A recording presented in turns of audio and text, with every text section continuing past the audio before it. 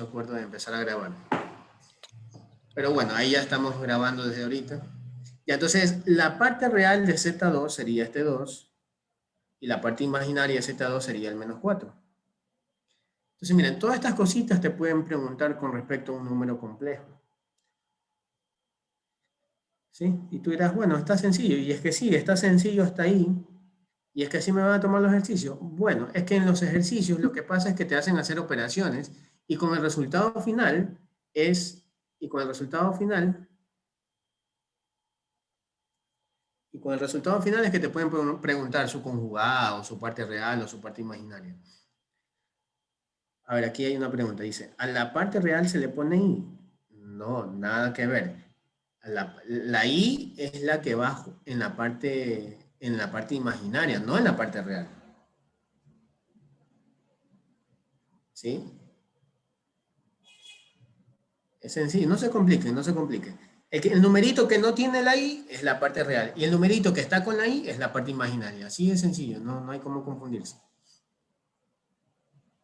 ¿Sí? A ver, sigamos. Ya, por ejemplo. A ver, ¿hasta ahí alguna otra pregunta? ¿Alguna otra pregunta hasta ahí? A ver. Ah, ya, me dice en la parte imaginaria. Fíjese aquí, cuando preguntan por la parte imaginaria, solo estoy poniendo el número. No estoy poniendo la i. No, la i no se pone.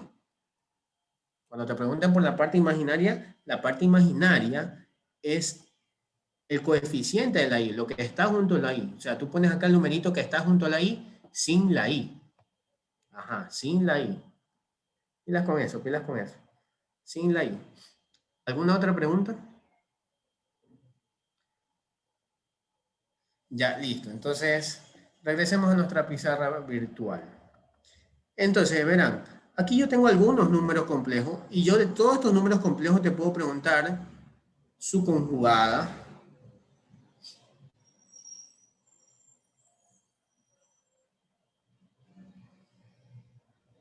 Te puedo preguntar por su parte real y te puedo preguntar por su parte imaginaria. Por ejemplo, el conjugado de Z1 sería 2 menos 3i. El conjugado de Z2, menos 5 menos 4i. La conjugada consiste en cambiarle el signo a la parte imaginaria, solo a la parte imaginaria. Ya, ¿qué otra cosa podemos aprender ahorita de los números complejos? Ahorita lo que estamos haciendo, chicos, en esta clase es familiarizarnos con los números complejos, o sea, conocer todos sus detalles y todos los conceptos asociados a este capítulo. Alex me dice, ¿y si se pone la i no vale? Pero ya le estoy diciendo que no la ponga. No la ponga y no sea rebelde, no la ponga. Ahora, si se te va la i, depende del profesor, pues si te quiere bajar puntos o no por tu descuido, porque ya se te está diciendo que no la pongas. De ahí, si tu preocupación es que te van a bajar puntos o no, ya te digo, dependerá del profesor. Hay profesores que, bueno, te la dejan pasar, un pequeño errorcito podría ser. Pero hay otros profesores que no, y te dicen, no, sabes bien que ahí no vale ahí, paz, te pone, no te hace valer. ¿Ya? Entonces, no hagan caso, pues, ¿no? Si les estoy diciendo que no se pone es porque no se pone. Ahora, otra pregunta dice, ¿y cuando la i no tiene coeficiente, cuál sería la parte imaginaria? Cuando la i no tiene coeficiente. Por ejemplo, justo eso creo que es lo que iba a decir aquí. Por ejemplo, en Z4, alguien dijo este ejemplo, 5 menos 0i. 5 menos 0i lo pueden encontrar así o también lo pudieron haber encontrado así. Z4 es igual a 5 y ya. O sea, si tenemos el coeficiente de la i 0, ¿para qué escribirlo? ¿Sí? Entonces, se lo podría escribir de esta manera o de esta manera, a Z4. Ahora, escuchen bien. Les estaba diciendo que ahorita estamos aprendiendo todos los conceptos asociados a este capítulo. Z4, ya que su parte imaginaria es 0, escuchen bien, ya que la parte imaginaria de Z4 es 0, se le da un nombre a esto de aquí. Cuando un número complejo no tiene parte imaginaria, porque este de aquí no tiene parte imaginaria, es 0, pues no. Entonces, cuando un número complejo no tiene parte imaginaria, se dice que ese número es real puro. Es real puro. O sea, es un nombre un poco obvio, pues no, pues obviamente, si no tienes parte imaginaria, ¿sí? Un número complejo, la mitad es parte real y la mitad es parte imaginaria, ¿sí o no? Pero si no tiene parte imaginaria, quiere decir que es enteramente real todo. Tiene sentido lo que se dice, ¿no? Entonces, yo puedo decir que Z4 es real puro. ¿Por qué? Porque no tiene parte imaginaria, pues. Y así como hay números complejos reales puros, obviamente también es de suponer que va a haber números complejos imaginarios puros. Vamos a ver cómo se vería un número imaginario puro. Entonces, aquí les dejo anotando para que ya vayan familiarizándose, ¿no? Z4 yo puedo decir que es un número, es un real puro. ¿Por qué? Porque su nombre mismo lo dice, real puro, o sea, solo tiene parte real, no tiene parte imaginaria, su parte imaginaria es cero. Aquí me voy a inventar un Z6. A ver, pongámosle aquí, 0 más 14i. Ok, ese número complejo yo lo veo, lo observo, aquí dice 0 más 4i, o sea, su parte real es 0. Ok, o sea, quiere decir que no tiene parte real. Y si no tiene parte real, ¿cuál es el nombre que le pondríamos? Pues que es un número imaginario puro, ¿no? O sea, aquí los nombres no son rebuscados, o sea, son muy sugerentes. Entonces aquí tenemos un ejemplo de un número real puro. Sé que es real puro porque no tiene parte imaginaria, solo tiene parte real. Acá Z6 es un ejemplo de un número complejo imaginario puro. ¿Por qué sé que es imaginario puro? Porque no tiene parte real, solo tiene parte imaginaria. No hay cómo complicarse aquí. Y lo que yo le dije sería coeficiente 1 y se sobreentiende. Ah, ya, ok. Por ejemplo, tú dices, ah, ya, entonces tú preguntabas otra cosa, Luisa. Luisa, sí, sí. A ver, por ejemplo acá, Z7. Inventémonos un Z7. 2 2 más I. 2 más I. Entonces, ¿cuál es la parte, por ejemplo, la parte real de Z1? La parte real de Z1 es 2. La parte real de Z2 es menos 5. Y así si me voy hasta el final y me preguntan por la parte real de Z7, la parte real de Z7 sería 2. Ahora las partes imaginarias. La parte imaginaria de Z1 sería S3. La parte imaginaria de Z2 sería 4. Y así con todos, y hasta que llego a la parte imaginaria de Z7, sería, es el coeficiente de la I. Entonces, cuando no hay coeficiente junto a la I, se sobreentiende que es un 1, que es lo que está diciendo la compañera. Sí, se sobreentenderá que es un 1. ¿Sí?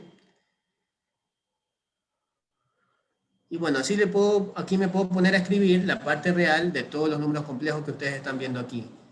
Pero creo que ya está claro, ¿no?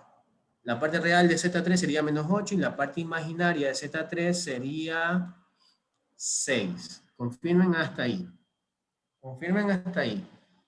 Estamos aprendiendo 3 cosas. Bueno, 5 cosas ya estamos aprendiendo. ¿Cómo sacar la conjugada? Señalar la parte real, señalar la parte imaginaria. ¿Cómo reconocer un número real puro y cómo reconocer a un número imaginario puro? Entonces, una pregunta así sencillita que yo les hago. ¿Cuánto debe valer A para que este número complejo que voy a poner aquí ahorita,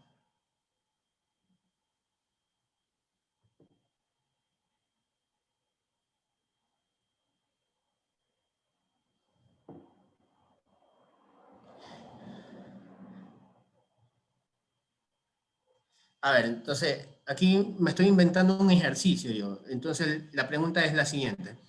¿Cuánto debe valer A para que este número complejo que ustedes están viendo aquí sea real puro? ¿Sí? A ver, este número complejo que ustedes ven aquí, ¿cuál sería la parte imaginaria y cuál sería la parte real? Lo que no tiene la I, esto que está aquí, sería la parte real, pues, ¿no? Y lo que está por acá, sería, lo que está junto a la I sería la parte imaginaria. ¿De acuerdo? Todo esto es la parte real y todo esto es la parte imaginaria. Entonces yo estoy preguntando, ¿cuánto debe valer A para que todo este número complejo sea real puro? Entonces recuerdo lo que, bueno, no tienes que ni recordar lo que yo dije, simplemente razónalo. Para que sea real puro, quiere decir que solo debe tener parte real, ¿no? O sea, no debería tener parte imaginaria. Su parte imaginaria debería ser cero. Entonces, ¿sí o no? ¿Tiene o no tiene sentido? Si yo quiero que sea real puro quiere decir que solo tiene que tener parte real, parte imaginaria no debería tener. Por lo tanto, esta parte de aquí debería ser cero. Entonces, ¿cuánto debe valer A para que sea cero? A debe valer menos 1. Brittany está en lo correcto, Jordi también, Luisa, sí, ahí ya me confirmaron, perfecto. Y asimismo, ¿cuánto debería valer A para que sea imaginario puro en cambio? ¿Cuánto debería valer A para que sea imaginario puro? 2, correcto. Están bien. Brittany, María, correcto. Richard, perfecto.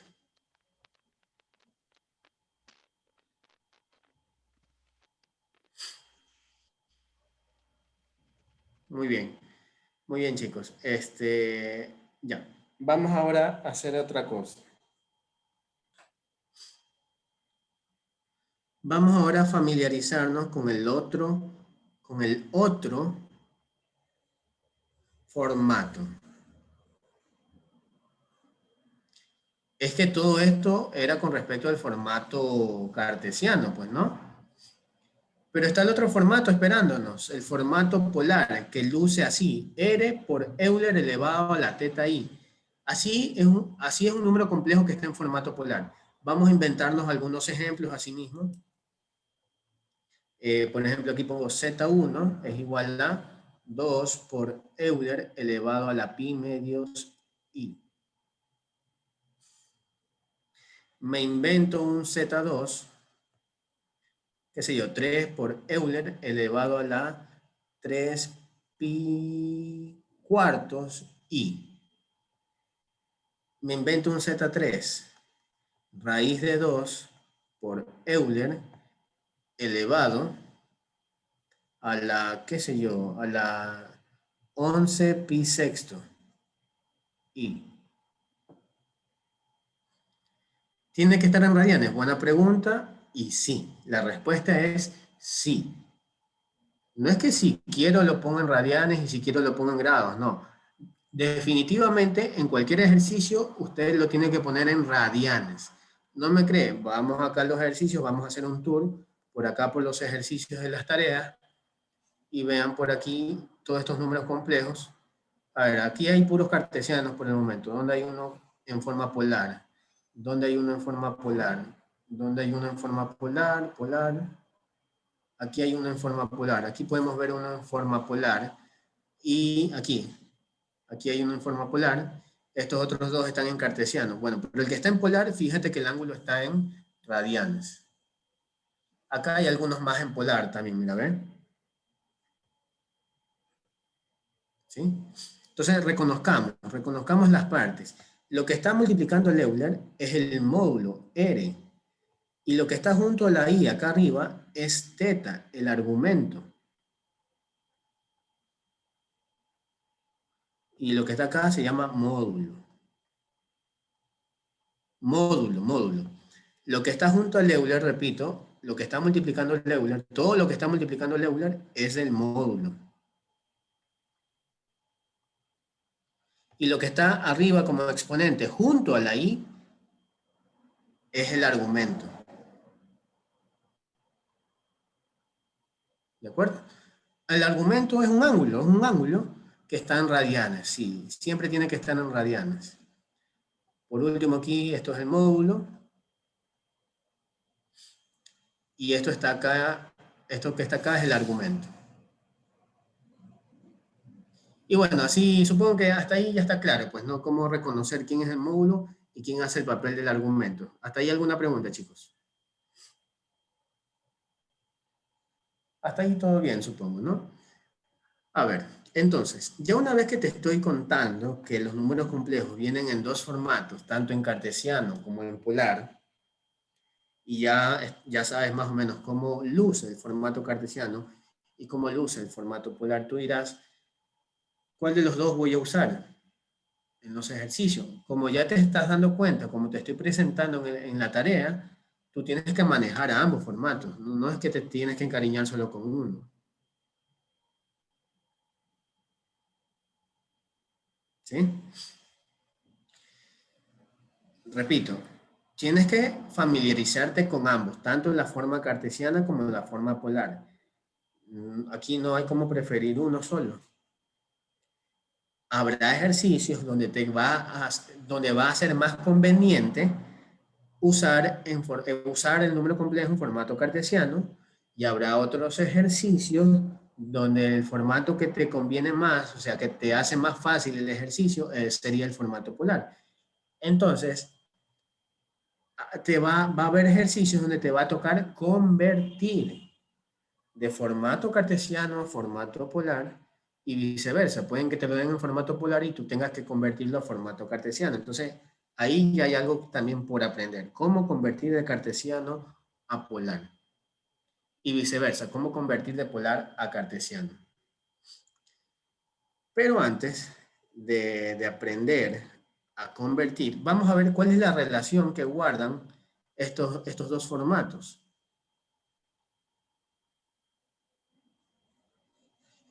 ¿Cuál es la relación que guardan estos dos formatos? A ver, el formato cartesiano, repito, z es igual a más b, i.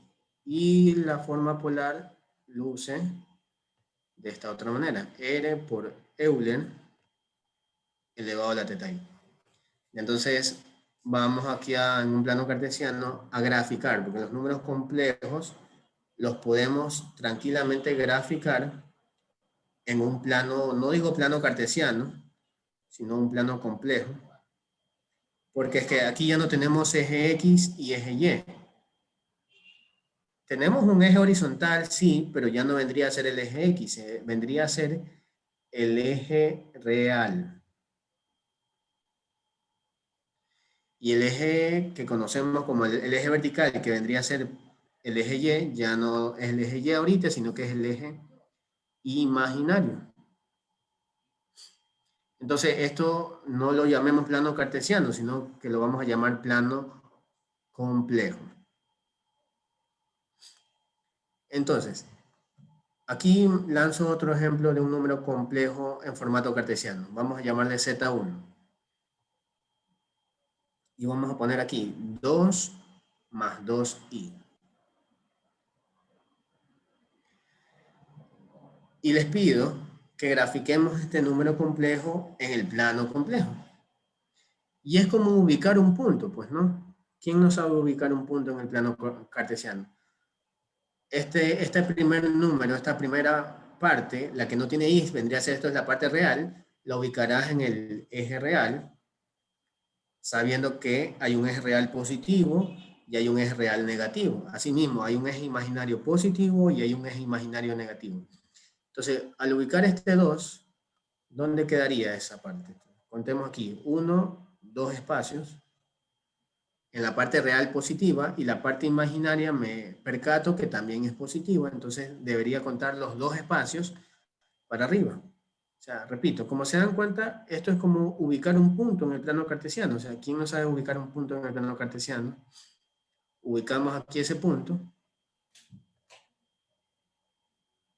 y dibujamos una línea ahí. Ya está graficado ahí Z1.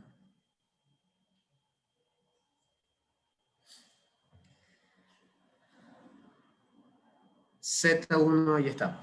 Ahora, ¿de dónde sale este argumento que nosotros tenemos aquí? Este argumento es el ángulo que forma el número complejo con el eje real positivo. ¿Qué ángulo ustedes van a ver aquí? ¿Qué ángulo sería ese de ahí? Tranquilamente se pueden dar cuenta que viene hacia aquí, les pongo un graduador encima y toda la cosa. ¿Cuántos grados vienen a ser? ¿Sí o no que son 45 grados? Contando desde aquí, desde el eje real. 10, 20, 30, 40 y aquí en la mitad 45 grados. Entonces, el argumento del formato polar no es más que el ángulo que forma el número complejo con el eje real positivo.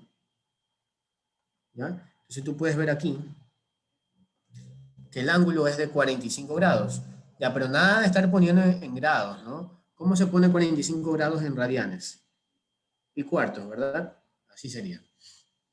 Ahora, necesito una regla también. A ver, aquí tenemos una regla.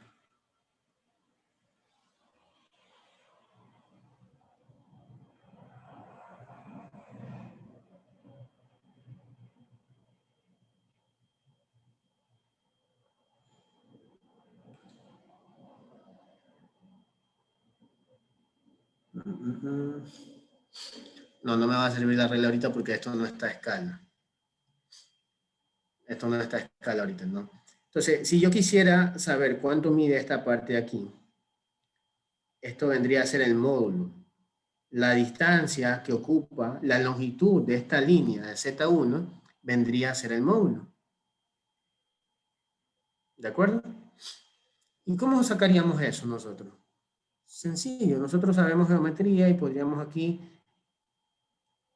tranquilamente, podríamos plantear un triángulo aquí y esto que está aquí vendría a ser la hipotenusa. Yo sé que esto mide 2. Yo sé que esto mide 2. Y por Pitágoras, gracias a Pitágoras, yo puedo averiguar cuánto mide esto. Y repito, esta distancia viene a ser el módulo. Entonces, R viene a ser igual a la raíz cuadrada de 2 al cuadrado más 2 al cuadrado. ¿Sí o no? Así se calcularía la hipotenusa de este triángulo. El un cateto al cuadrado más el otro cateto al cuadrado. Entonces, 2 al cuadrado más 2 al cuadrado sería 8, raíz de 8. Raíz de 8 que lo puedo poner como raíz cuadrada de 4 por 2. Raíz cuadrada de 4 hay, sí, es 2. ¿Y raíz cuadrada de 2? No, eso entonces se queda atrapado en el radical y listo. Bueno, aquí tenemos R. Hemos conseguido el módulo. Entonces Z1 yo lo puedo escribir también en el otro formato. A mí me lo dieron en formato cartesiano, ¿no? Lo grafiqué y todo. Entonces yo vi su ángulo y estoy sacando la magnitud de esta parte, la hipotenusa de este triángulo que viene a ser el módulo. Y entonces tengo los ingredientes necesarios para escribir este mismo número complejo, pero en su otro formato. Repito, este que me dieron está en formato cartesiano. Yo tengo ya los ingredientes para escribirlo en el formato polar. El formato polar necesito saber cuánto vale R. Ya lo descubrí. Es 2 raíz de 2. A continuación viene el Euler. Bueno, pongamos aquí el Euler. Y arriba como exponente va el ángulo, que en este caso sería pi cuartos, acompañado de la i. Como se darán cuenta, el pi cuartos y la i se están multiplicando. Así que a veces va primero el argumento, o primero va i, y después va pi cuartos. Es irrelevante eso, porque repito, están multiplicando. Si el orden de los factores no altera el producto, ¿no? Bien saben eso, ¿no? Entonces podemos poner i pi cuartos o al revés. Pi cuartos i. Es irrelevante eso.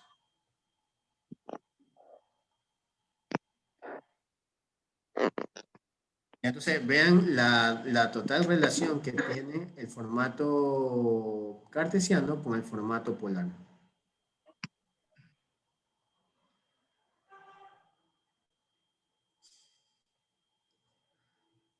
Ya, listo. Entonces, a ver. Y tú dirás, oye, pero el argumento ahorita lo sacaste usando un graduador. Obviamente yo no voy a tener graduador o no voy a tener tiempo para estar poniéndome un graduador ahí por cada conversión. Es verdad, no hay tiempo, ¿no?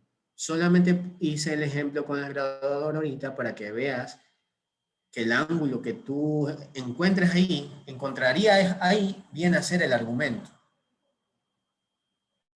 Y entonces, ¿cómo encuentro el ángulo si no es con el graduador, en el ejercicio, en un taller, en una prueba? Bueno, pues con trigonometría. Si este ángulo es desconocido para ti, pero algo que sí conoces es el lado opuesto de ese ángulo y el lado adyacente de ese ángulo. Eso sí conoces. Eso sí conoces porque son la parte real y la parte imaginaria que te dieron. Esto de aquí sí conoces, ¿no? El ángulo no lo conoces. O sea, ya lo conocemos ahorita, sí, pero asumiendo que no lo conocemos, no lo conocemos, pero la parte, el lado opuesto del triángulo sí lo conozco y el lado adyacente también lo conozco. Entonces, de las funciones trigonométricas, ¿cuál trabaja con el lado opuesto y el lado adyacente? Por ahí alguien ya lo dijo, la tangente, correcto. Entonces tú vas a decir, tangente del ángulo es igual a lado opuesto sobre el lado adyacente. O sea, parte imaginaria sobre la parte real. Si querías una fórmula para calcular el ángulo, esta sería la fórmula que estás esperando.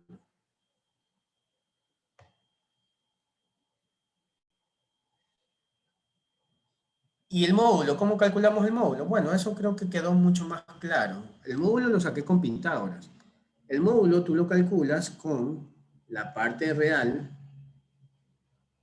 con Pitágoras, pues no, parte real al cuadrado más parte imaginaria al cuadrado. Pitágoras, señores, Pitágoras.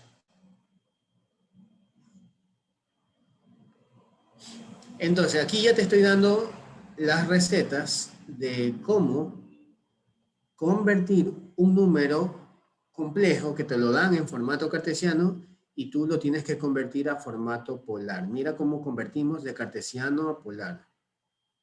Esto que está aquí es formato cartesiano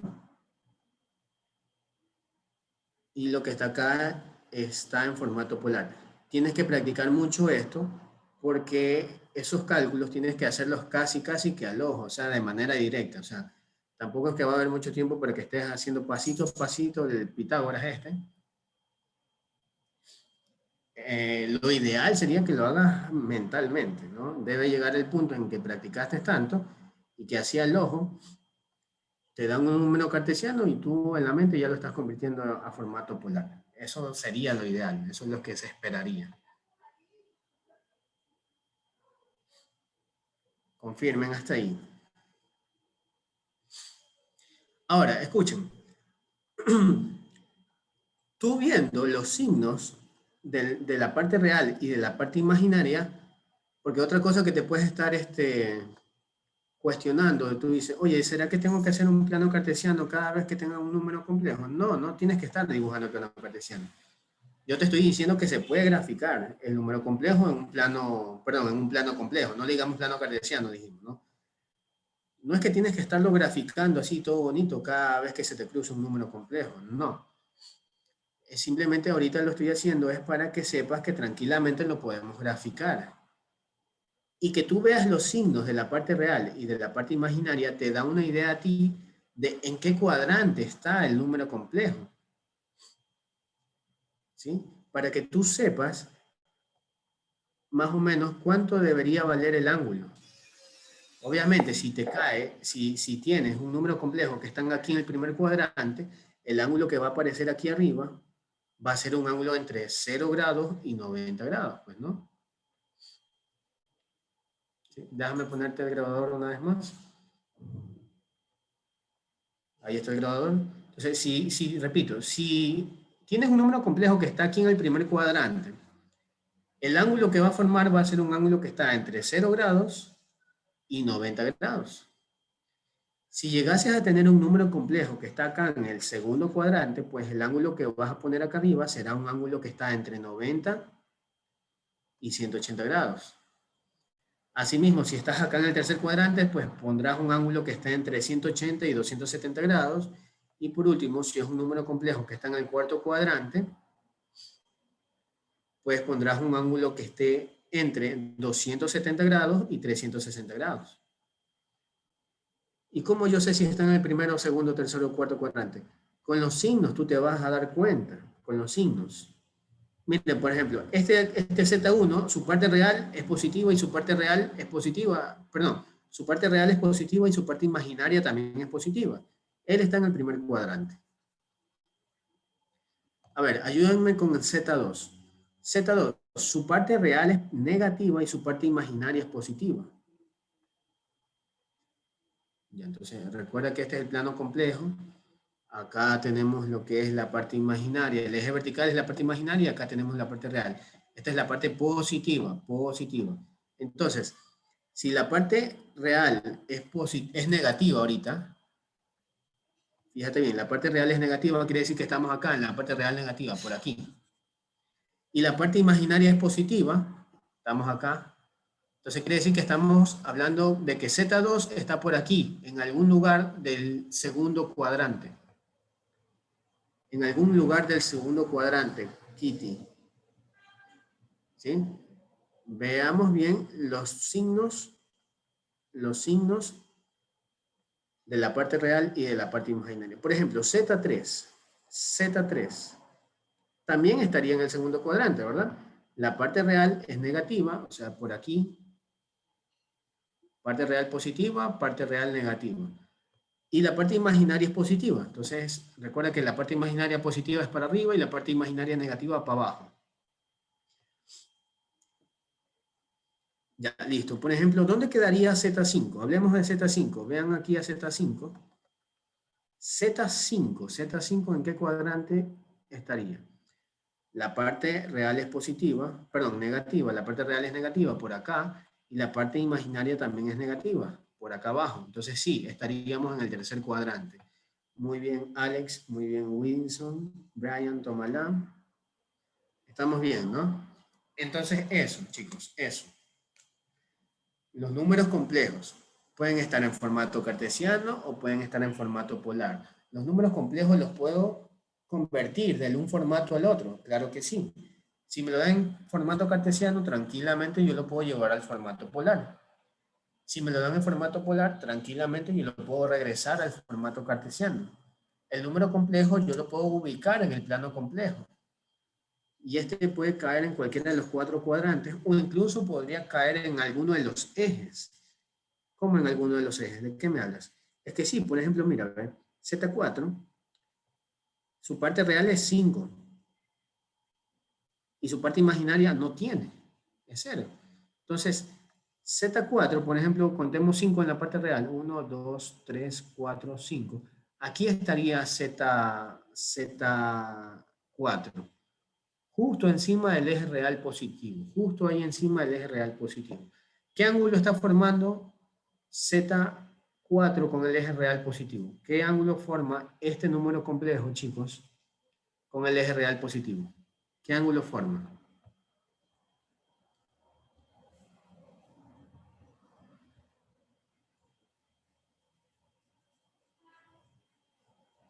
Correcto, 0 grados, porque está justo encima del eje real. Entonces, el ángulo que forma esta línea, el número complejo, lo que está ahí azul, con el eje amarillo, que es el eje real, están ahí pegaditos, están juntos el uno sobre el otro. Entonces quiere decir que el ángulo que se está formando ahí es de 0 grados. ¿Ya? Entonces, así de a poco nos vamos conociendo con los números complejos.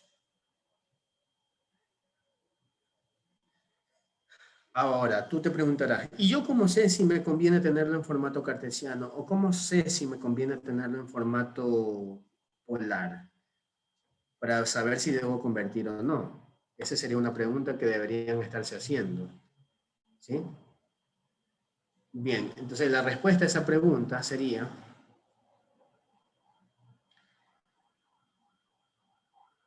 la siguiente, o sea, con los números complejos yo puedo hacer operaciones. Operaciones, sí, operaciones como las común y corrientes que conocemos. Suma, resta, multiplicación,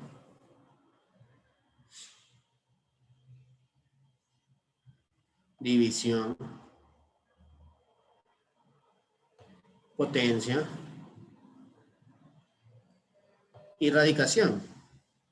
Todas las operaciones, sí, todas las operaciones. O sea, quiere decir que yo te doy dos números complejos y yo puedo esos dos números complejos sumarlos, ¿sí? Puedes restarlos también, multiplicarlos, ¿sí? Dividirlos también. Eh, bueno, no necesito dos para hacer una potencia, solo necesito uno. Un número complejo, ¿lo puedo elevar a una potencia? Sí. A un número complejo le puedo sacar un radical, una raíz cuarta, o raíz tercera, raíz quinta. Sí. Entonces, aquí viene el detalle. Cuando tú tengas que hacer una suma o una resta, el formato que te conviene tener ahí es el formato cartesiano. La suma y la resta se la puede hacer estando en formato cartesiano. La potencia y la radicación, ¿en qué formato deberían estar los números complejos para yo poder hacer la potencia y la radicación? Pues se te aconseja que estén en formato polar. No estoy diciendo que no lo puedes hacer en formato cartesiano, también lo podrías hacer en formato cartesiano, pero créeme que se te va a complicar. Se te va a complicar. Ya les explico el porqué. Si todavía no creen, ya les voy a explicar el porqué. ¿Y qué pasa con la multiplicación y la división? Bueno, ahí sí es igual el camino si escojo el formato cartesiano o si escojo el formato polar. Ahí sí, ambos formatos son, o sea, ambos formatos da igual con cualquiera de los dos formatos que trabajen. A ver, está claro, ¿no? Repito, si te mandan a hacer una suma o una resta, los números complejos deberían estar en formato cartesiano para que puedas hacer tranquilamente la suma y la resta. Si te mandan a hacer una potencia o una radicación, créeme que vas a querer que los números estén en formato polar. Y si no me lo dan en polar, bueno, es tu tarea convertir del cartesiano al polar. Porque repito, tienes que tenerlo en formato polar. Y puede que el ejercicio te complique la vida y no te lo dé en formato polar. Pero bueno, tú ya sabes cómo convertir de cartesiano a polar. Entonces te toca convertirlo. ¿Y qué pasa con la multiplicación y la división? Bueno, para la multiplicación y la división, la verdad es que puedes hacerlo tanto en formato cartesiano como en formato polar. Ahí ya va a ser el capricho tuyo de qué es lo que te gustaría más. O con cuál te encariñaste más, con el formato cartesiano o con el formato polar. Da igual. Y entonces eso quizás responde un poco a la pregunta que les hice hace un rato, ¿no? La pregunta era, ¿cómo saber si el número debe estar en formato cartesiano o en formato polar para saber si tengo que convertir o no? Bueno, ahí ya está especificado cuándo te conviene tenerlo en cartesiano, cuándo te conviene tenerlo en polar o cuándo es irrelevante tenerlo en cartesiano o en polar. ¿De acuerdo?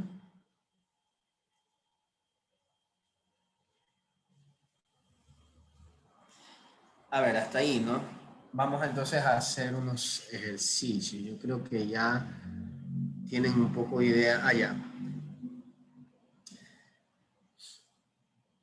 Yo quisiera hacer, para empezar,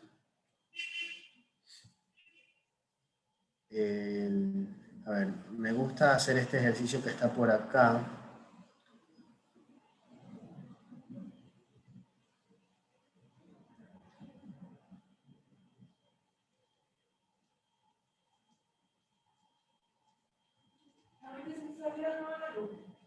Sí, la vi que...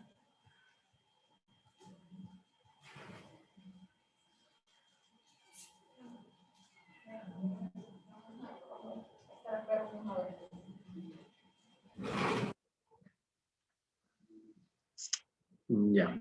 A ver, ese ejercicio 50 sería.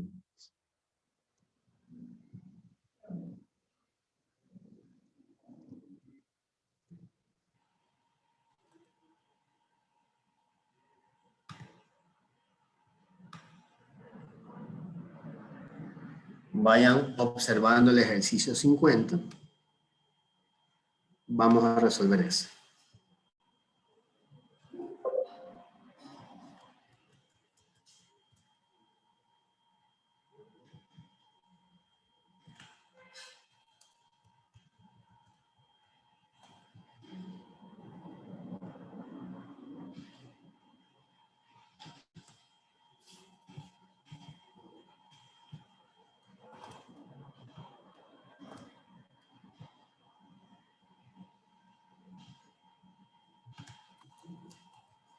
Ya, vayan. Pero antes les tengo que explicar otra cosita más. Verán. A ver, aquí yo pongo un número complejo. Me voy a inventar un número complejo. Menos 3 por Euler elevado a la 7pi sexto i. Escriban en el chat, por favor, cuál es el argumento de ese número complejo. ¿Cuál sería el argumento?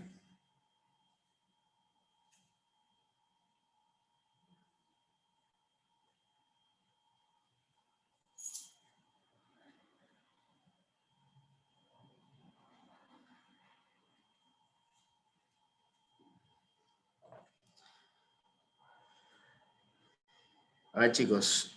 7pi sexto. 7pi sexto. Todo esto que está aquí sería el argumento. Lo que está junto a la i. Esto sería el argumento. ¿Sí? Ya, ok. Ahora, yo les comento algo aquí. Este número complejo tiene algo que yo debo arreglar aquí. Pasa que el módulo, este sería el módulo, ¿no? Lo que estaba multiplicando el Euler sería el módulo. El módulo, como vieron acá en el gráfico, ¿se acuerdan que graficamos en el plano complejo un número? ¿A dónde lo graficamos? Acá fue. El módulo es la distancia de la hipotenusa. Entonces, y la hipotenusa no puede ser negativa. O sea, la distancia desde aquí hasta donde está el número complejo es una distancia y como toda distancia no puede ser negativa, es un valor positivo siempre. ¿Sí o no? Ya, entonces, aquí me está incomodando este negativo. No podría estar este negativo aquí. Tengo que arreglarlo. Me lo diga el ejercicio o no. Cada vez que yo me tope por ahí en cualquier ejercicio con un número complejo cuyo módulo tiene un negativo, ahí es donde tú te tienes que decir, a ver, tengo que arreglar esto. No puedo dejarlo ahí con ese negativo. No puedo. No es que si quiero lo hago y si quiero no lo hago. No. Tienes que arreglar eso. No puedes dejarle con ese negativo ahí. ¿Y cómo lo arreglo? A ver, arreglarlo es muy sencillo. Le quitas el signo negativo, pero por hacer eso, al ángulo, al argumento que está acá arriba, ¿le sumas 180 grados o le restas 180 grados? ¿Cómo es eso? ¿Le sumo o le resto? Que yo elijo, cualquiera. Tu decisión tiene que basarse en el hecho de que el argumento acá también tiene sus reglas. O sea, sabemos ahorita que el módulo no puede ser negativo. Ya, bacán, chévere. Y también debes saber que el número argumento que está acá arriba, el argumento, el ángulo, debe cumplir dos condiciones. No puede superar los 360 grados. No puede superar los 360 grados. Y tampoco puede ser negativo. ¿Ya? Entonces, pregunto yo, 7 pi sexto, ¿qué ángulo viene a ser? Díganme en grados, ¿cuánto viene a ser 7 pi sexto? La última clase que yo les di fue de trigonometría, así que deben estar finos con esa parte y por ahí veo que sí. Marco, María me dicen que es 210 y es correcto. Pi sexto solito es 30 por 7, 210. Muy bien, entonces este ángulo es 210 grados. Entonces, estábamos arreglando este negativo de aquí. ¿Cómo se lo arregla? Sencillo, quítale el negativo y por hacer eso, acá el ángulo tienes que o sumarle 180 o restarle 180. A ver, si a 210, que es el ángulo que está aquí, pues, ¿no? Yo le sumo 180, me da 390. Y yo te digo, no, pues 390 supera los 360 grados. Y te estoy diciendo que el ángulo que está aquí no puede superar los 360 grados. Entonces, ahí es donde tú dices, a ver, aquí no es de sumar, entonces. En este ejercicio no me conviene sumar, me conviene entonces restar. Por eso te estoy diciendo, o sumas o restas. Tú tienes que ver ahí, pues, si te conviene sumar o restar. Ahorita sumar no pega porque, repito, te va a dar un ángulo que supera los 360 grados. Y ya te estoy diciendo que aquí no puede haber un ángulo que supera los 360 grados. Entonces, sumar no es el camino. Restar, ha de ser restar, entonces. 210 menos 180, ¿cuánto es? 30. Ah, ya, a eso sí está bien. Eso sí está bien. 30, pero yo no puedo poner aquí 30 grados y, ¿no? Recuerda que el ángulo nunca aquí va en grados, sino que va en radianes. ¿Cómo será 30 en radianes? Por ahí alguien ya lo está poniendo. Pi sexto. Marco, Luisa, correcto. Muy bien. Ya, eso. Entonces, así es como se arregla este detalle. Cada vez que ustedes vean un módulo negativo, lo cambias por positivo y aparte tienes que al ángulo que está acá arriba sumarle o restarle 180. Tú tienes que ver ahí si te conviene sumar o te conviene restar.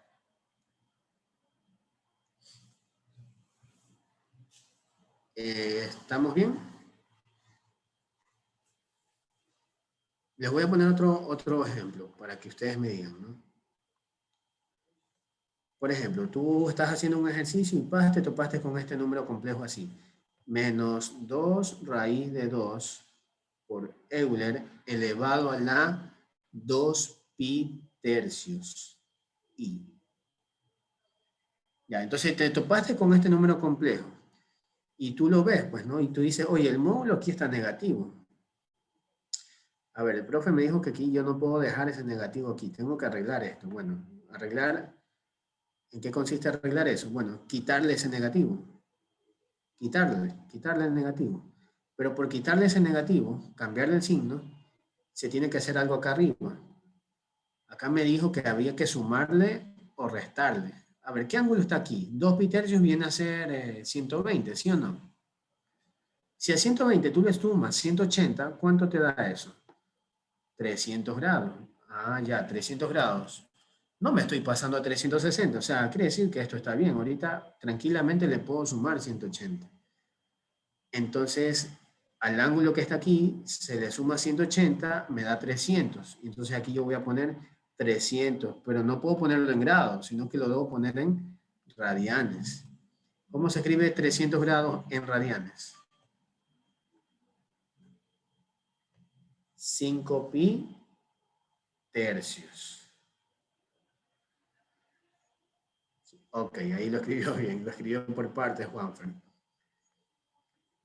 Pi tercio solito es 60, por 5 ahí están los 300 grados. Entonces, es así como se arregla un módulo que es negativo. Le quitas el negativo, lo dejas en positivo y el ángulo o le sumas 180 o le restas, dependerá. Tú tienes que ver ahí. ¿Está claro hasta ahí? ¿Alguna pregunta? ¿Alguna pregunta? Ya. Si no hay preguntas, vamos ahora sí a hacer el ejercicio que propuse. Aquí. Ya, vean ese ejercicio. Vean este ejercicio, me dice aquí. El argumento del número complejo es igual a. A ver, el argumento. Si me está preguntando por el argumento, quiere decir que el número complejo debería estar en qué formato primero. Es mi primera pregunta. ¿En qué formato debería estar si me está preguntando por el argumento? ¿En dónde se ve el argumento? ¿En formato cartesiano o formato polar? Correcto, Luisa. Correcto, Marco. Se lo ve en formato polar. Ok. Yo debería tener este número complejo en formato polar para poder ver e identificar quién es el argumento, pues, ¿no? Y yo les pregunto, ¿esto que está aquí está en formato polar? ¿Está en formato polar o está en formato cartesiano?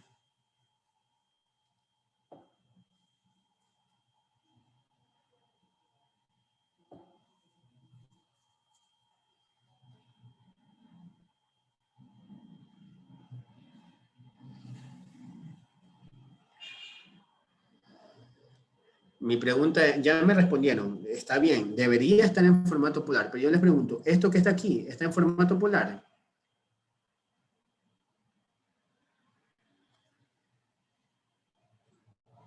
Luisa me dice que en ninguno, Marco me dice que está en cartesiano, y yo les digo que es verdad lo que dice Luisa, no está ni en formato cartesiano ni en formato polar, porque que yo sepa, el cartesiano se ve así, A más BI.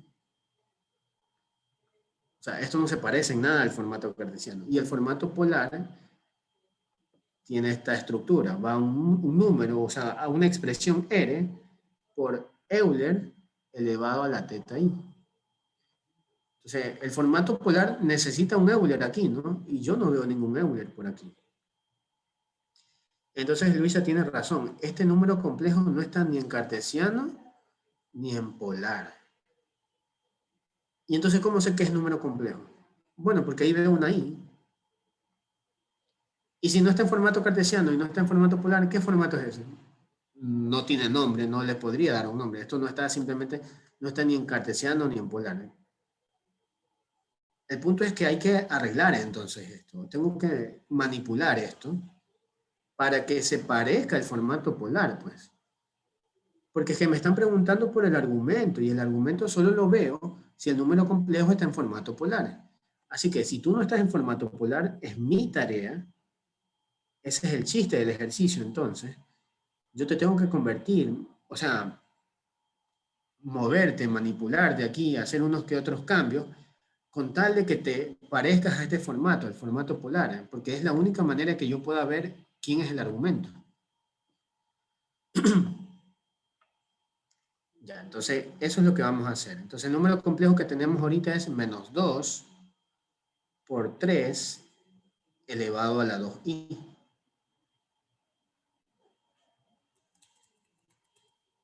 Repito, menos 2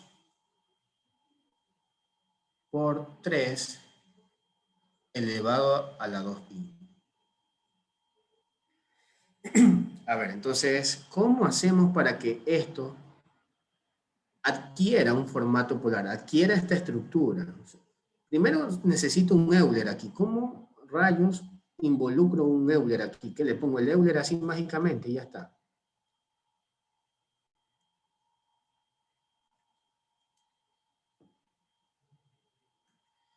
Logaritmo natural, dice Jordi. Ya. Entonces, en alguna otra clase también ya les expliqué las propiedades del logaritmo.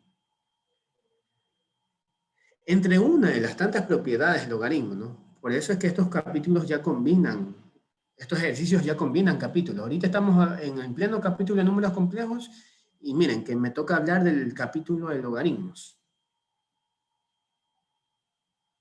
¿Sí?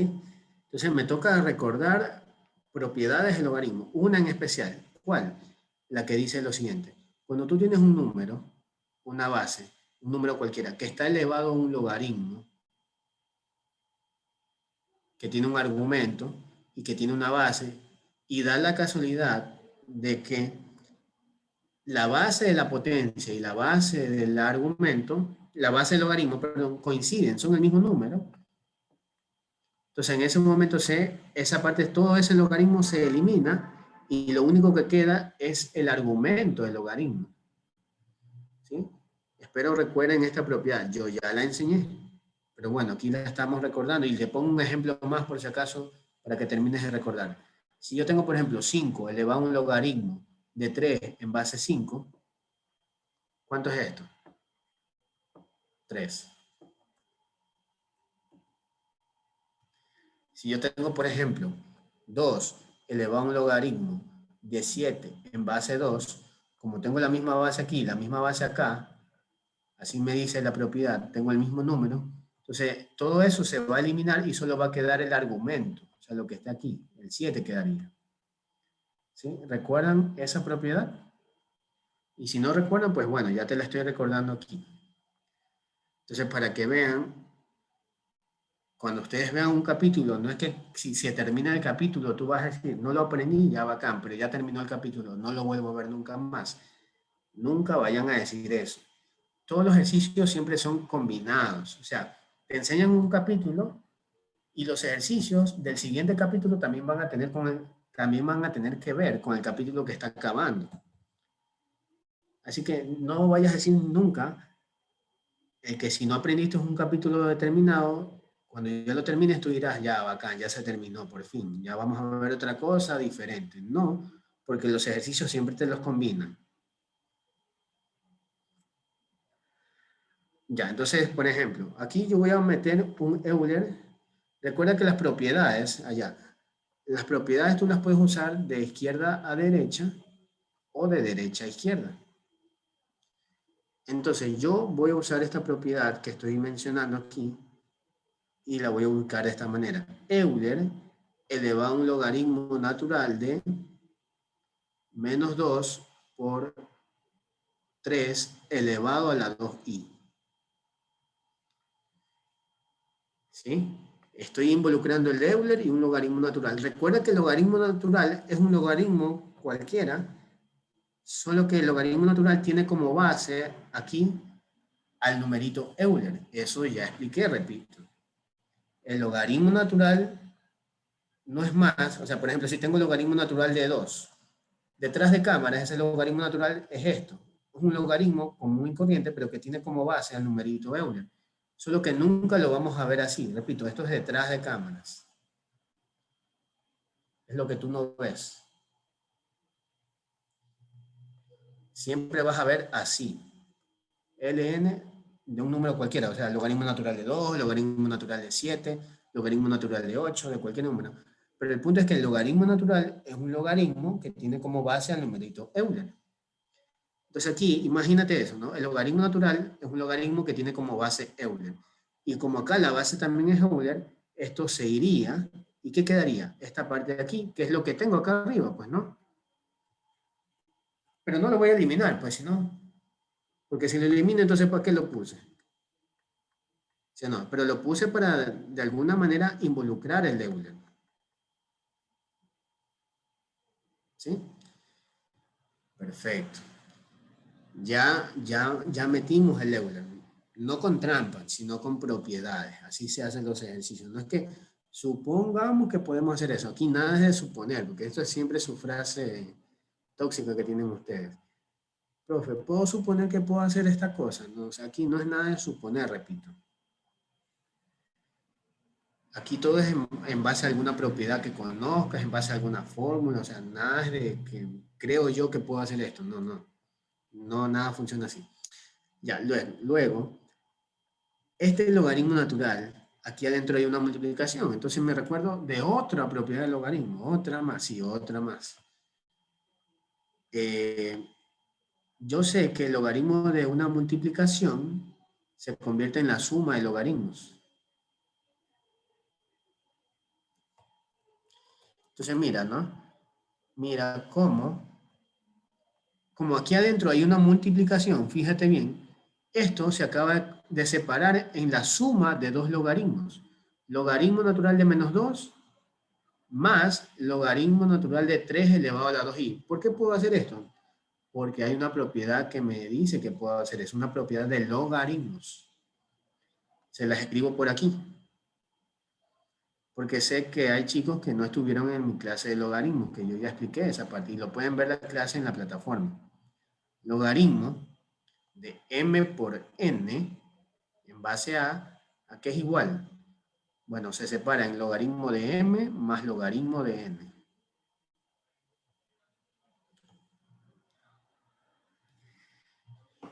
Ya, entonces, escuchen, voy a hacer una pausa aquí, porque sé que de los 25 que están conectados, algunos sí estuvieron en mi clase de logaritmos y me van siguiendo la corriente. Y hay otros que no estuvieron en mi clase de logaritmos y pueden estar perdidos ahorita, ¿no? Eso va a pasar en el pre si algún día tú faltas a clases de los profesores.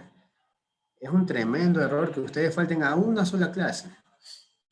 Es difícil que se vuelvan a igualar. Una sola clase puede descomponerlos, créanme. Si hay algún repetidor por aquí, podría confirmar lo que digo, porque al menos a mí también me pasó. Alguna vez cuando era presencial, pues no, falté a una clase, una sola clase, y en esa clase que yo falté dieron un millón de temas, cosa que al día siguiente el profesor para mí ya hablaba chino, no entendía qué es lo que estaba, porque todos los capítulos van de manera consecutiva, pues, ¿no? Lo que te enseñan ahorita te sirve para el capítulo siguiente y así. Entonces, lo que quiero dejar de consejo ahorita es que cuando tú no entiendes un tema, no lo dejes ahí. O sea, no es que digas, voy a esperar que se termine este capítulo y ahí en el nuevo capítulo ya no vuelvo a ver esto. No, no vayas a pensar eso. ¿De acuerdo? Mira, ahorita estamos en una clase demostrativa y toda la cosa, pero ya queda el consejo para su pre, pues, ¿no? Listo, entonces el logaritmo de esta multiplicación se acaba de convertir en la suma de dos logaritmos. O sea, miren todas las marañas que yo tengo que hacer. ¿Cuál era el objetivo de mi ejercicio? Convertir esto, que no estaba ni en formato cartesiano ni en polar, convertirlo a formato polar. Entonces miren todas las propiedades que tengo que involucrar aquí para que poco a poco esto se vaya pareciendo a esto, ¿no? O sea, por eso me gusta poner este ejercicio, porque, o sea, no todo es sencillo, o sea, no...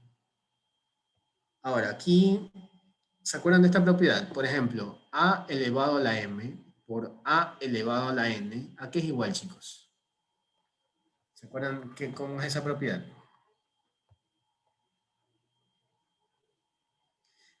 ¿Cómo se llama esa propiedad? Tiene nombre. Juanfer, ¿usted pasó el pre a la primera? Claro que sí.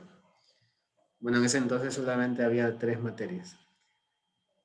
Misma base se suman los exponentes, Juanfer dice. Correcto, Juanfer. Entonces, multiplicación de potencias de igual base. Se pone la misma base y se suman los exponentes. Ya, recordamos esa propiedad que no es de logaritmos, no es de números complejos, es propiedad que tiene que ver con las potencias, ¿sí o no? ¿Y eso también tiene que ver aquí? Sí, eso también voy a usarlo aquí. Mira, otra propiedad más. Voy a usar esta propiedad de derecha a izquierda. Es que mira, aquí tengo una base que está elevado a una suma. O sea, tengo esta parte que está aquí. Y de esto voy a ir a esto. A ver, entonces ya, separemos entonces. Euler elevado al logaritmo natural de menos 2 por Euler elevado al logaritmo natural de 3 elevado a la 2i. Por ahí alguien ha de estar pensando, a ver, yo alguna vez que vi logaritmos, el profesor me dijo que el logaritmo no puede tener números negativos. Y aquí, ¿qué es lo que estoy viendo? Logaritmo natural de menos 2. Se me van a caer los ojos, dice. El logaritmo no puede tener un número negativo adentro. Y te digo, tienes razón en parte. Pero ahorita esto no tiene por qué incomodarte. Porque ¿en qué capítulo estamos ahorita? Este ejercicio de qué capítulo es? De números complejos. Ahorita el logaritmo natural de números negativos ya tiene sentido. Raíz cuadrada de números negativos ya tiene sentido. O sea, ya se permite aquí. Cuando estamos dentro del capítulo de números complejos, nuestra familia, nuestro conjunto referencial deja de ser los números reales y ahora es los números complejos. O sea, ya no tiene por qué incomodarme cosas como esta. Ya se permiten logaritmos de números negativos, ya se permite raíces de números negativos. ¿Sí? Entonces ahorita no hay problema con esto, ¿sí? Bueno, quería acotar esa parte. Entonces, hemos usado esta propiedad donde tenemos base elevado a una suma, entonces lo puedo separar así. Multiplicación de dos potencias con la misma base. Aquí está, multiplicación de dos potencias con la misma base. Ahora, en el siguiente paso lo que voy a hacer es esto, miren, ¿ves? Euler elevado al logaritmo natural lo voy a eliminar gracias a la propiedad que está aquí, pues, ¿no? La misma propiedad con la que empezó todo, la voy a usar ahora sí, de izquierda a derecha. Entonces aquí se va a eliminar eso y solo va a quedar menos 2. Aquí voy a poner un por, un Euler. Aquí está el por, acá está el Euler. Chicos, hay una propiedad de los logaritmos que te permite que el exponente baje a multiplicar. ¿Se acuerdan o no se acuerdan, no? hay una propiedad en los logaritmos donde me permite bajar al exponente a multiplicar. Y voy a hacer eso aquí. Este 2i, que está como exponente del 3, puede bajar a multiplicar junto al logaritmo. Entonces, esto quedaría así. 2 por i por logaritmo natural de 3.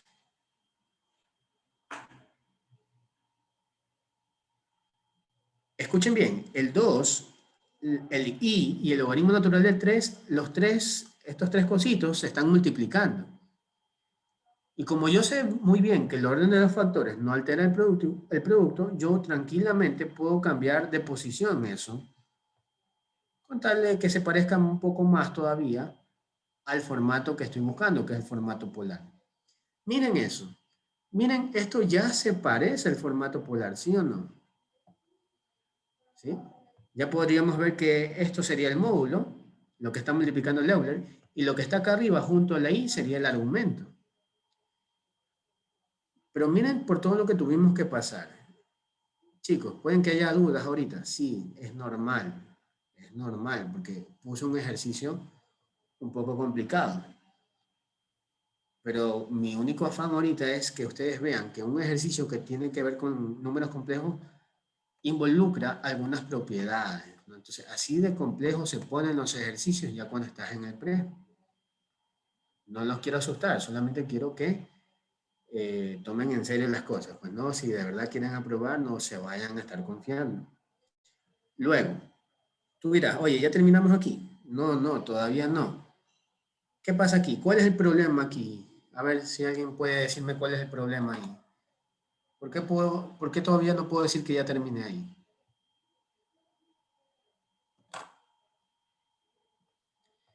Módulo negativo, correcto. No puedo dejar ese módulo negativo ahí, no, no lo puedo dejar así. Tengo que arreglar eso. Ya, bueno, arreglemos eso. Me dijiste que le quitabas el negativo y ya. ¿Y qué más teníamos que hacer? Al argumento. ¿Cuál es el argumento ahorita? Lo que está junto a la i. Siempre lo que está junto a la i, eso es el argumento, ¿no? Esto vendría a ser el argumento. ¿Qué le teníamos que hacer al argumento? Sumarle o restarle 180 grados. Entonces, al argumento, que por el momento es 2 logaritmos naturales de 3, le tengo que sumar 180, o sea, pi. ¿Y cómo sabes qué es sumar y qué no es restar ahorita? Bueno, pues que estoy viendo las opciones, pues no. Veo que ninguna tiene resta. Entonces, obviamente es de sumar. Entonces, mira, ya arreglé el problema. Este módulo negativo ya lo puse en positivo. ¿Y qué me tocó hacer, qué me tocó hacer a cambio de ese cambio de signo? Pues me tocó sumarle pi al argumento. Entonces, ahí ya está arreglado, ahí ya está bonito, ahí ya está en formato polar como debería ser. O sea, mira cómo empezó el ejercicio, mira cómo empezó. Esto no tenía ni pies ni cabeza. Y yo tuve que hacer un pocotón de marañas, pero bueno, estas marañas plenamente justificadas, con propiedades y todo.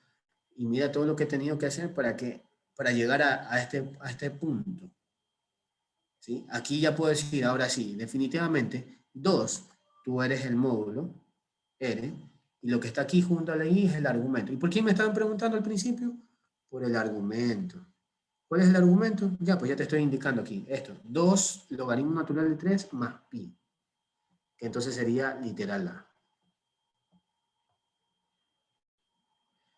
Confirmen, analicen, reflexionen, mediten y piensen y pregunten. ¿Alguna duda?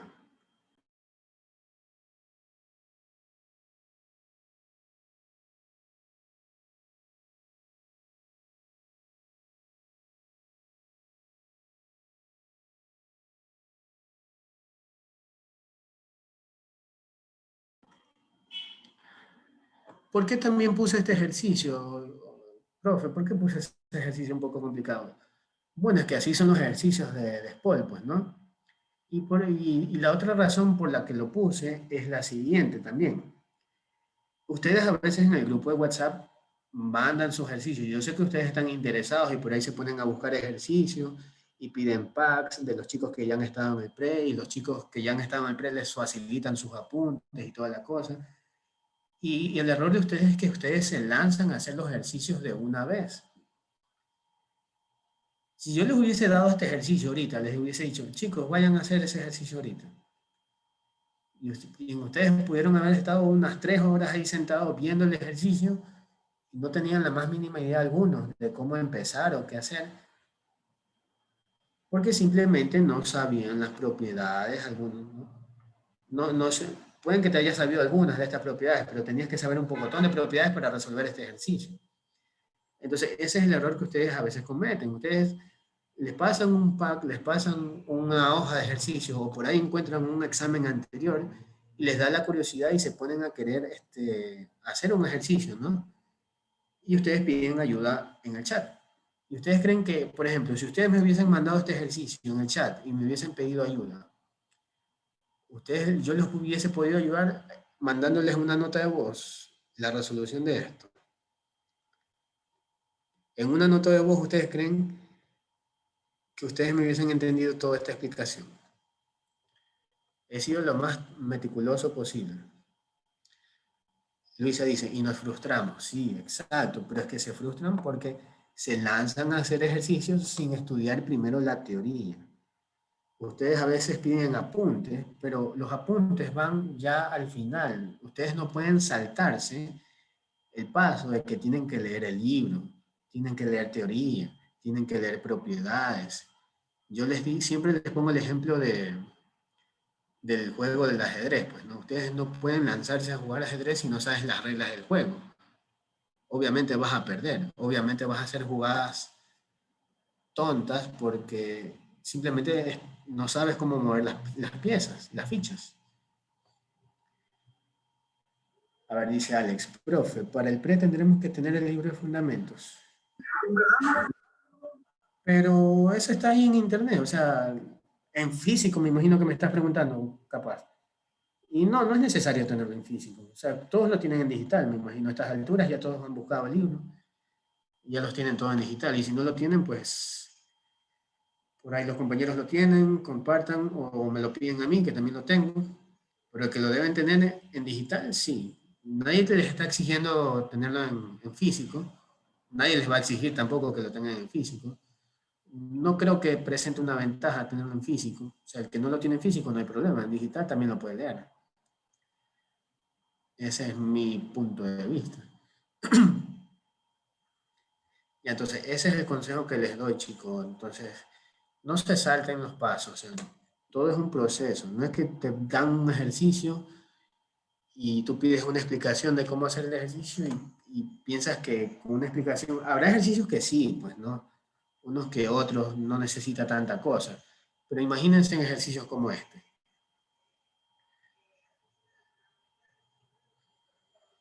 Aquí yo asumí que ya sabían las propiedades del logaritmo. Ya, muy bien, vamos con otro para aprovechar el tiempo. Pero ya vayan reflexionando, ¿sí? Vamos a ver otro ejercicio por aquí. A ver, les puse el primero. Ese es otro buen ejemplo de que los ejercicios combinan los capítulos. Vamos a hacer este ejercicio que está aquí. Que a primera vista tú lo ves y se ve un poco sorprendedor, pues, ¿no? Se ve un poco lamparoso el ejercicio. Y la verdad es que sí está un poquito largo. O sea, más o menos sí vamos a tener que hacer algunas cosas aquí. Pero, asimismo, si tú me mandas fotos de este ejercicio, profe, ¿cómo haces este ejercicio? No me pidas que te lo explique en una nota de voz porque no me lo vas a entender. No porque no sepa explicar, sino porque es, es antipedagógico el que yo te lo quiera explicar en una nota de voz. ¿Sí? O sea, estoy comentando todas las cosas que pasan en los pre, en los que ya han pasado. Pues, ¿no? A veces los chicos me mandan ejercicios y les puedo dar una idea, sí, por nota de voz. Claro que sí, les digo, puedes hacer esto, y ahí es donde me dicen, no entiendo, profe. Pero es que sí, pues que por notas de voz hay ejercicios que no se los puede explicar en una nota de voz. Tienen que leer, venir acá a una pizarra y poco a poco explicarte. Este es uno de esos ejercicios. A ver, vamos a ver. Entonces, para resolver este ejercicio, por ejemplo, deberían haber estado en mi clase de trigonometría. donde expliqué cómo sacar senos, cosenos y esas cosas. Pero igual aquí lo voy a explicar un poco rápido, pues, ¿no? A ver, vamos viendo. Vamos viendo.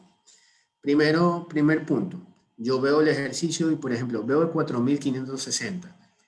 Les expliqué en aquella clase que cada vez que tú tengas un ángulo que supera los 360 grados, tú tienes que coger ese ángulo, dividirlo para 360 grados. A ver, vamos a hacer eso entonces. 4560 lo voy a dividir para 360 grados.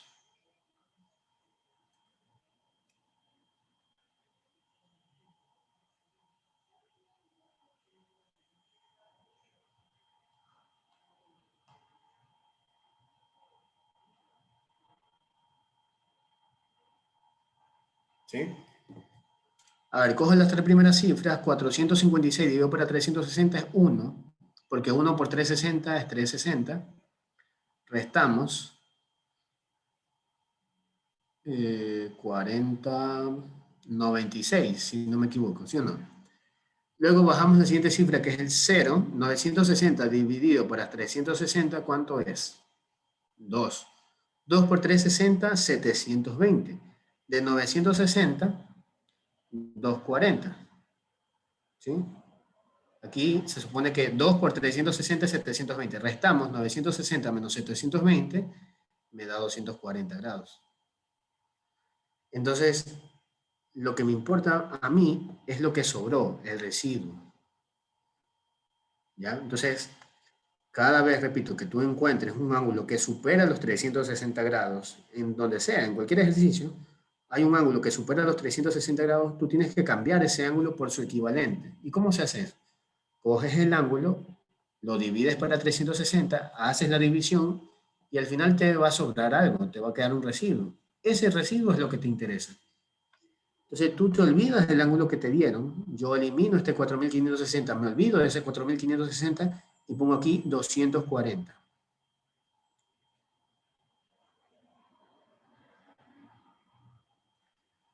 $240. Ya, lo mismo con este ángulo de 390 que está acá. Bueno, 390 lo divides para 360 es 1. ¿Cuánto sobra? 30, ya, bacán. Entonces, yo me olvido de 390 y pongo aquí 30. Entonces, fíjate que esas son las primeras jugadas que estamos haciendo. Hasta ahí todo bien, ¿no? Supongo que hasta ahí todo bien.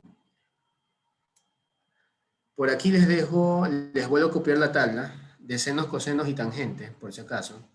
Seno, coseno, tangente de los ángulos notables, lo que tú debes saber ya a estas alturas, yo lo expliqué en la clase pasada. Aquí, seno de 30, ¿cuánto es? 1/2, raíz de 2 sobre 2, raíz de 3 sobre 2, acá coseno de 30 es raíz de 3 sobre 2, raíz de 2 sobre 2, 1/2.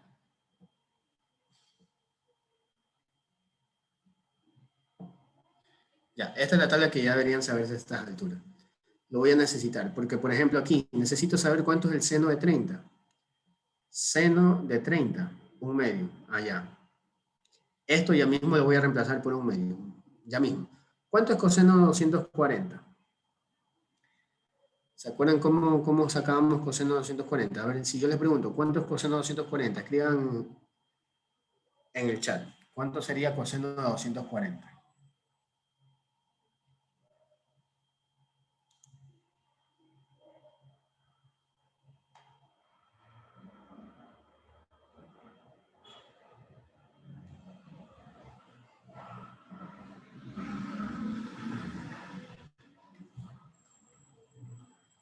Ya, coseno de 240, eso se resuelve así. Se supone que yo me imagino el plano cartesiano en mi mente. ¿Y cuánto 240? ¿Dónde caería 240? A ver, ¿cuánto aquí? Aquí hay 90, ¿no? Hasta acá media vuelta de 180. Para llegar a 240 es un poquito más, ya, por aquí así.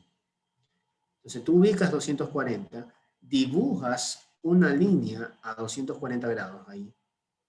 Luego que dibujaste la línea, terminas de completar un triángulo. un triángulo que siempre debe estar pegado al eje de las X. Porque tranquilamente podría ser este triángulo acá también, pero no. Siempre va a ser un triángulo pegado al eje de las X. Y luego te preguntas qué ángulo hay aquí adentro del triángulo. Yo sé bien que de aquí a acá, media vuelta, ¿cuánto es? 180 grados, ¿sí o no? Entonces, ¿cuánto hay aquí adentro del triángulo? Si se supone que todo hasta acá es 240. 180, ¿cuánto falta para llegar a 240? ¿Sí o no que faltan 60? Y entonces aquí es 60 grados. Entonces, chicos, que me pregunten por coseno de 240 es como que me pregunten por un coseno de 60. Y coseno de 60, yo sí sé, sí, porque te debes saber esta tabla. ¿Sí? Sea cual sea el ángulo que te pregunten a ti, siempre vas a terminar cayendo en esta tabla. Si tú te sabes esta tabla, te sabes el seno, coseno, tangente de cualquier ángulo. Eso explicamos la clase pasada, ¿no? Y pueden ver la clase grabada que está en la plataforma. Entonces, coseno de 240 es como que me pregunten por coseno de 60, ¿en qué cuadrante? ¿En qué cuadrante estoy? En el tercer cuadrante, porque ahí también te tienes que acordar de todas sin tacos. Todas sin tacos. Entonces, coseno de 240 es como que me pregunten coseno de 60. ¿Y coseno de 60 cuánto es? Coseno de 60 es un medio. Ah, ya, entonces coseno de 240 es un medio. ¿Positivo o negativo? A ver, según todas sin tacos, me dice si es positivo o negativo. Todas sin tacos. Todas sin tacos es la frase que te sirve para saber quién es positivo en cada cuadrante. Todas, aquí en el primer cuadrante, todas son positivas. Sin, acá en el segundo cuadrante solo es positivo el seno. Ta, acá en el tercer cuadrante solo es positivo la tangente. Pero ahorita no estamos hablando de tangente, ahorita estamos hablando de coseno. ¿Qué le corresponde aquí entonces? Un negativo. Ya, Zamora Jordi ya me dijo ahí que es negativo. Él sabe de lo que estoy hablando. Todas sin tacos. Menos un medio, entonces menos un medio. Ya, ahí está. Coseno de 240 es menos un medio. Entonces mira todo lo que tú tienes que saber de fondo. Mira, repito una vez más. Estamos en pleno capítulo de números complejos, pero me aparece trigonometría aquí. Y así son los ejercicios en el examen. En una pregunta te salen cosas que tienen que ver con hasta 3 o 4 capítulos.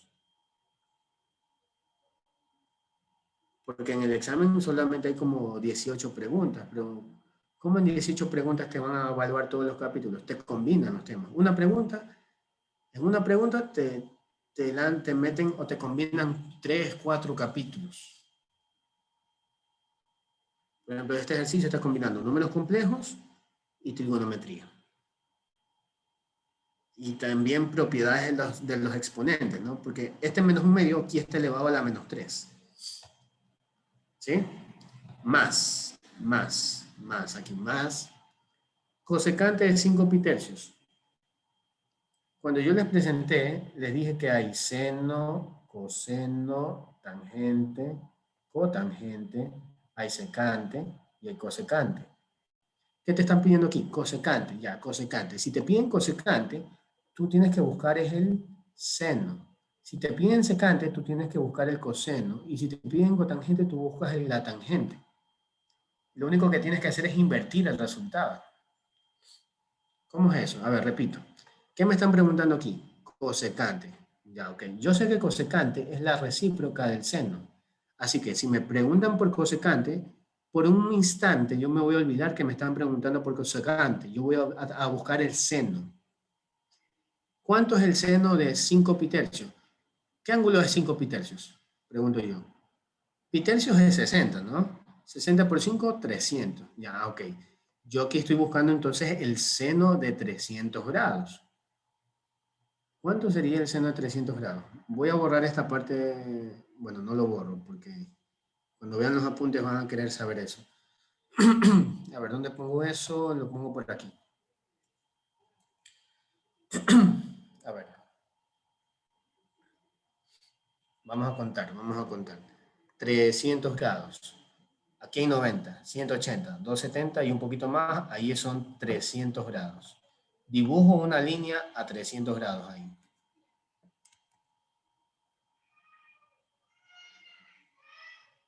¿Ya? Completo un triángulo pegado al eje de las X. Y me pregunto qué ángulo hay ahí adentro del triángulo. ¿Qué ángulo hay aquí? 60. Correcto, 60. Entonces, que me pregunten por seno de 300 es como que me pregunten por seno de 60. ¿Y yo sé seno de 60? Sí, porque me sé esta tabla. Seno de 60 es raíz de 3 sobre 2. Raíz de 3 sobre 2. Y según todas sin tacos, aquí en el cuarto cuadrante solo el coseno es positivo. ¿Pero estoy buscando coseno? No, estoy buscando seno. Entonces le toca negativo. La respuesta sería menos raíz de 3 sobre 2. Ya encontré el seno de 300, es menos raíz de 3 sobre 2. Pero yo no quería seno, quería cosecante. Bueno, es que yo dije que para buscar la cosecante tenía que buscar el seno. Una vez que encontraba el seno, el resultado lo tenía que invertir. Si el seno me salió menos raíz de 3 sobre 2, entonces cuando yo tenga que ya buscar la cosecante es lo contrario. El 2 va arriba y el raíz de 3 va abajo. Entonces sería 2 sobre raíz de 3, negativo.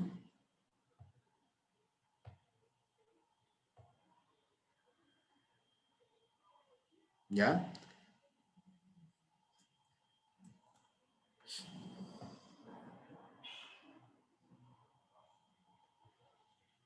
Menos raíz de 3 sobre 2. Ya, por ahí hay algunos que sí. Jordi, muy bien. María, muy bien. Juanfer, te faltó el signo, ¿sí? Pero ya me entendiste por qué el signo, ¿no? Recuerda todas sin tacos. Todas sin tacos. Acá en el cuarto cuadrante solo es positivo el coseno. El resto son negativos. Entonces, por eso le estamos poniendo el negativo aquí. Bueno, vamos con el siguiente. Cotangente de 5 bisectos. A ver, me están mandando a buscar cotangente. Si me mandan a buscar cotangente, yo lo que debo buscar en realidad es la tangente. Y cuando tenga la tangente, invierto el resultado. ¿Sí? ¿Cuánto sería entonces la tangente de 5 bisectos? La tangente de... ¿Cuánto es bisecto? Bisecto es 30. Por 5, 150. ¿Cuánto es tangente de 150? Tangente de 150 viene a ser una tangente de 30 en el segundo cuadrante. ¿Y yo sé cuánto es tangente de 30? Sí, tangente de 30 es raíz de 3 sobre 3. Y según todas sin tacos, todas sin, como estamos en el segundo cuadrante, es positivo el seno, nada más, y la tangente sería negativa. Entonces aquí sería menos, a ver qué dije, tangente de 30 es raíz de 3 sobre 3, pero acá lo invierto, porque lo que quiero es la cotangente. Menos raíz de 3 sobre 3. Y todo esto está elevado al cuadrado, como pueden ver aquí. Aquí está elevado a este cuadrado, ¿sí te das cuenta, no? Y luego todo este relajo está elevado al seno de 30. Todo esto está elevado... ¿Cuánto es seno de 30? Seno de 30, un medio. Entonces yo pongo aquí, en vez de poner seno de 30, ya pongo un medio. Ya miran, hemos reemplazado todos esos valores. Terminemos de resolver esto. Ahora sí. A ver, primero lo primero. Aquí voy a invertir lo que está dentro. Aquí tengo menos un medio, pero ahora estoy poniendo menos 2 sobre 1. ¿Y eso en qué consecuencias trae? Que le cambio el signo al exponente. Esa es una propiedad de los exponentes, ¿no? Si tú quieres cambiar de negativo a positivo, pues invierte la fracción. Si aquí dice un medio, entonces estoy poniendo ahora 2 sobre 1. No ves el 1, es verdad, no lo ves, pero es que se sobreentiende que está sobre 1. ¿De acuerdo? Entonces, esta fracción se invirtió. El 2 subió y el 1 bajó. Todo por querer cambiar esta potencia de negativa a positiva. Esa es una propiedad de las potencias. Ahora, ¿qué tenemos por acá? Multiplicación de dos valores. Menos por menos ya se va a hacer positivo. Ya bueno, me olvido, entonces aquí de una vez voy a hacer esto. Simplifico los negativos porque menos por menos da más, ¿no? ¿Qué más podría yo simplificar? ¿Cuánto es raíz de 3 por raíz de 3? ¿Acaso que no es raíz de 9 y raíz de 9 no es 3? Me queda un 3 abajo, sí. ¿Y arriba no hay otro 3? Sí, entonces se simplificaría, claro que sí. Raíz de 3 por raíz de 3, repito, es raíz de 9, lo cual da como resultado 3. Y ese 3 que quedaría abajo, con el 3 que está acá arriba, se eliminaría. Entonces, el único que queda vivo por aquí es este 2. Ese 2 que está elevado al cuadrado. ¿Y 2 al cuadrado cuánto es?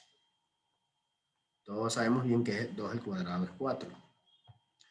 Entonces, y acá afuera está un medio. Menos 2 al cubo, ¿cuánto es? Un número negativo elevado a una potencia impar sigue siendo negativo. Menos 8 más 4 elevado a la 1 medio. Menos 8 más 4, ¿cuánto da? Signos diferentes se restan. El resultado va con el signo del mayor. Entonces aquí quedaría menos 4 elevado a la 1 medio. Por propiedades de las potencias, yo sé que esto lo puedo poner, en vez de potencia, lo puedo poner como raíz cuadrada. Ese 1 medio significa raíz cuadrada. ¿Sí o no? Luego, el menos 4 que está adentro, tranquilamente yo puedo decir que es 4 por menos 1, ¿sí o no? ¿Sí? Menos 4 lo puedo poner como 4 por menos 1. ¿Y para qué haces eso? Bueno, porque yo sé que raíz de 4 sí hay. ¿Cuál es la raíz cuadrada de 4? 2. Y aquí queda raíz cuadrada de menos 1. Y raíz cuadrada de menos 1 es la i que estamos conociendo nosotros. Esto queda así, 2i.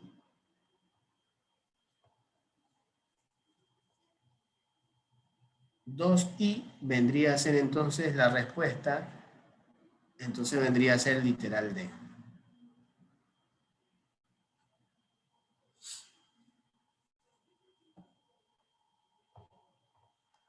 Repito, raíz que está aquí de menos 1, raíz de menos 1 es lo que conocemos como la i.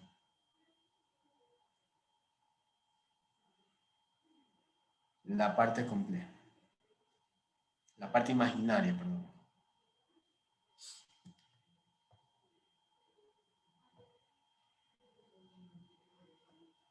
Nivel nuevo desbloqueado, y eso es yo. Ya, entonces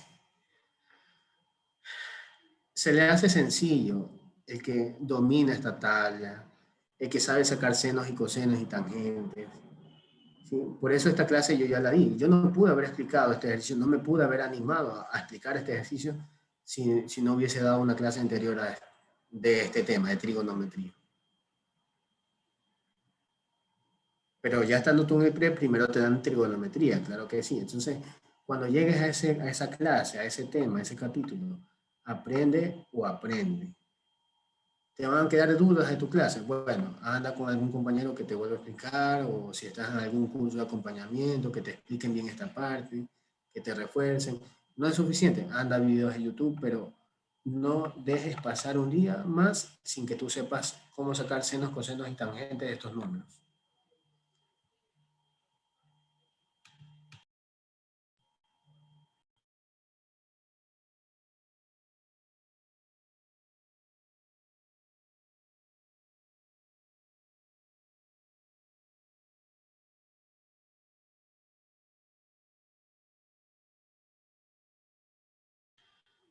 Ya, listo, chicos. Entonces, eso.